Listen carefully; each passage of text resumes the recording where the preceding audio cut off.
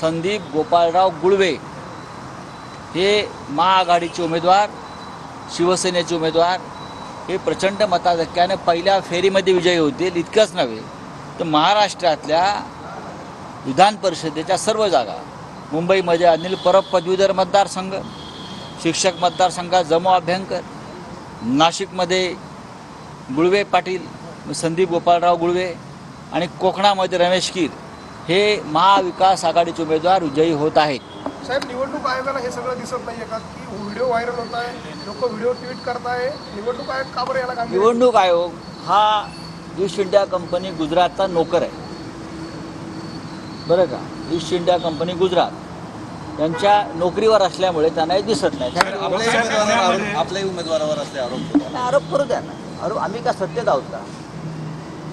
नाशिकला येऊन याच हॉटेलमध्ये काय चाललं होतं आपल्याला माहिती आहे. सर, त्याच ड्रगच्या पैशातून सध्याच्या सरकारचे खिसे भरले जात आहेत. वारंवार हे आम्ही आरोप नाही केले, आम्ही पुरावे दिलेले आहेत. यांना पाठिंबा देणारे, यांना पाठबळ देणारे पोलीस प्रशासन, आमदार आणि खासदार हे कोणत्या पक्षाचे आहेत हे समोर आलेलं आहे. नीट परीक्षेप्रकरणी शिक्षकांवर गुन्हे दाखल